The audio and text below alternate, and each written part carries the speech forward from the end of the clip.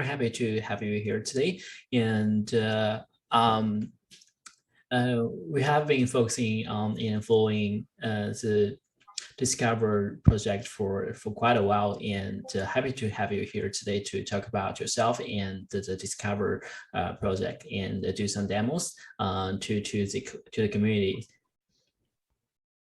And no, thank you for having me. Yeah, my name is Rick Porter. I've been working on Discover since probably about January of this year. I think we're up to like 17,000 users at this point. But more importantly, we have about almost 70,000 posts and comments created on the platform, and I think we've been out of our beta for a couple months right about now. And I think I'm pretty excited. I'm very excited about the next hackathon, season 2 of the hackathon that'll be coming up in about 2 weeks. Yeah, so this is Discover. Right now, it looks a little bit like Reddit or a lot like Reddit, but as you can see, we have the ability to upvote and upvote posts. We can jump into them and look at the comments. We can upvote the individual comments. And right now, it's a site for a collection of information that's been happening on Dfinity itself, or on the internet computer. And right now, when you first come to the site, you get thrown into the homepage. The homepage is a curated feed of all the top portals. Portals are basically subreddits. Like, here's the art portal, here's bugs, here's Dfinity news. And they have sort of filters like hot, top, and new. And then you also have the ability to search. And search lets you search for tags.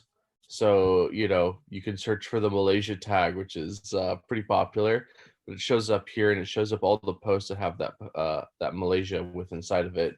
You can also look for things like just specific words, tectonic, very popular.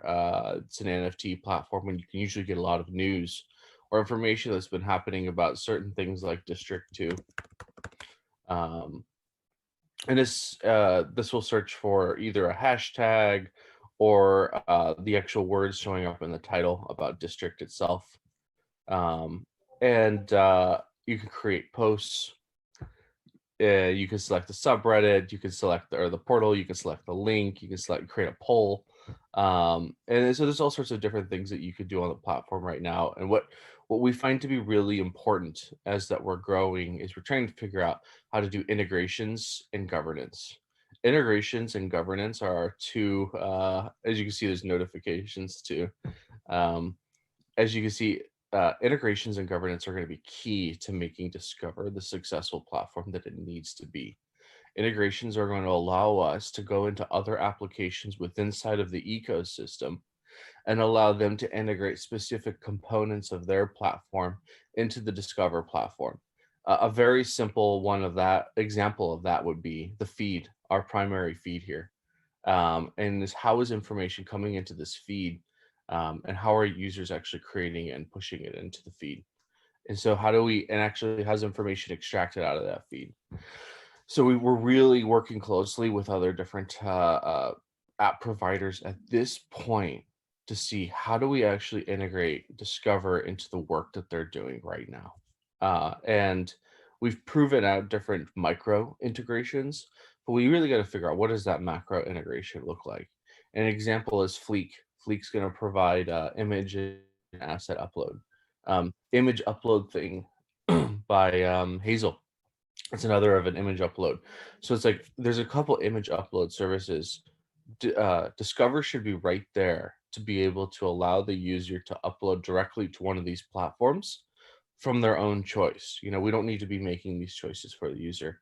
And another example is the feed. We've had the district feed on our website for a little bit, and we're trying to work through a better way of doing that and work with the users on the district side to figure out, how do we get them to agree and how do we protect everybody's privacy. But that's an example of these apps can work together now, and that's the power of the internet computer, is that we can start plugging in our protocols or our services into each other and allow our applications to start talking to each other. So that's the integration side. And governance is another big key component. how do we get Discover to a platform that the users are actively governing? And we think we have a couple ways of doing this. So we're going to start doing that within the next 2 to 3 months, is we're going to start releasing the very low level governance mechanics. And these are going to allow users to make decisions on the platform on how people are earning and receiving their social tokens.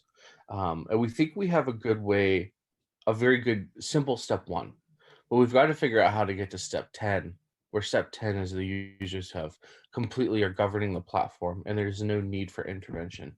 And that's that kind of, it's a very much a dream scenario where we no longer are maintaining the protocol of the platforms. The users are doing this, but we're more than happy to shepherd the platform until it can get to that point where it completely can be governed by the users themselves. And I think another big point that people sometimes miss about Discover is Discover is really about the social fabric. Social fabric is the protocol that powers Discover. So Discover is a website. You can go to it, but what's actually powering it? What is that backend? That backend that powers Discover is called social fabric. And this is a protocol that is basically designed to fit any type of social media site.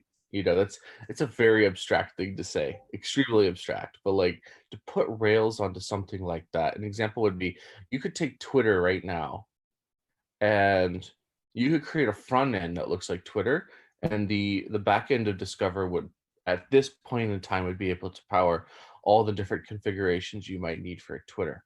Uh, Similar for a Medium, obviously similar for a Reddit, similar for dating apps like Hinge, or Tinder. You could take those apps and actually use the same protocol that's powering Discover, make some tweaks to the search algorithm, but actually power them with the backend that powers Discover at this point in time. So, as we build Discover, every ounce of effort we put into Discover is putting it into Social Fabric, which will allow us to open up the Social Fabric protocol one day and allow anyone to build a Discover, allow anyone to build a Medium and Twitter, where all they have to do is focus on building the front end layer, the application layer, and we'll completely handle the protocol, the back end, the scalability, uh, and the interoperability with other social protocols. Calls we're trying to design the protocol for at this moment in time. Number one priority: get Discover up, get it working, get it ready for mass adoption. That's number one priority. But every second, we're sitting there like, okay, can this what we've developed here, can it be reused for social fabric? That's the second question we always ask ourselves. Right. And can you tell us a little about your team and the roadmaps of Discover? Yeah, for sure. I have a couple roadmap slides actually. Let me stop sharing and I'm gonna pull them up. But as I talk, so right now, the team is based out of pretty much Los Angeles and Portland, Oregon. Right, it's a couple of us. I'm the software engineer, the designer. I focus pretty much primarily on 100% of everything that's happening on the front end. And the application and development layer. But we also have people who are experts within tokens, and we're trying to work with people who are expert in tokens, and we think we've reached out to them. We have people who are in operations and business, who are helping us set up the organization and get it built and ready. So that team's all based out of West Coast US, and we're growing. Our goal is to grow significantly. We're trying to grow at least 2 or 3x over the next 2 months. So we're going to be hiring about 6 or 7 people by the end of October. So just looking way off into the future, and this is visible, right? You can see the 18-month roadmap here. We're already deep into the Kyoto release right now. which is really our UI, UX design improvements, really validating token. We're trying to figure out how do we actually make sure that this social token is valid? How do we actually grow it? And we can create a process that there's some sort of data science and real knowledge being built into this token to make sure whatever we've come up with is accurate, and the exploits and the gameability of it are relatively low. So we're very much in this token validation point by really evaluating it. The token, the Tokyo release. So this is really about how Q4, Q1 of next year. It's really polishing up this core product, making sure the mobile development is ready, and really making sure that mass market adoption is there. Mobile development will be delayed until we actually see a mobile application built, but also we understand the product a little bit more. But mobile development is understood. We believe we have a solution via Flutter. Now it's really making sure we can nail down that core product. So the Shibuya release, which is 22 Q1 of next year, more marketing push, more product iterations, but eventually we're heading towards the social fabric, which is possibly the end of next year, or we're going to be doing that first release of it and actually evangelizing, getting people to build applications on top of the social fabric. This is what's powering Discover right now. But it's important before we get there that we've understood integrations and governance on the core Discover platform. And so that's important for us that we're actually able to get there to that point where we can actually figure out, okay, we've gotten governance figured out. We've gotten tokenization figured out. We've got integration figured out. Now, how do we actually get to this point where we can open up that protocol? Okay, thanks for the amazing show of Discover, and tell us the Discover team and your roadmaps are really amazing. And do you have anything to tell about do you have anything to tell the Chinese developer community and the Divinity Fund and the Divinity community here? Yeah, so I have a huge question for the Chinese community, especially for the Chinese Divinity community, is how do I design Discover to fit the needs for them? Like, how do I, and I know there's language, sometimes a language barrier, but that can be fixed via translation. But what features is the Chinese community looking for from Discover to make it more usable for them? And I'm down to customize. We're down to customize and fit their needs of their communities, because this is supposed to be for them. This is for everyone, but this is supposed to also fit the needs of these community.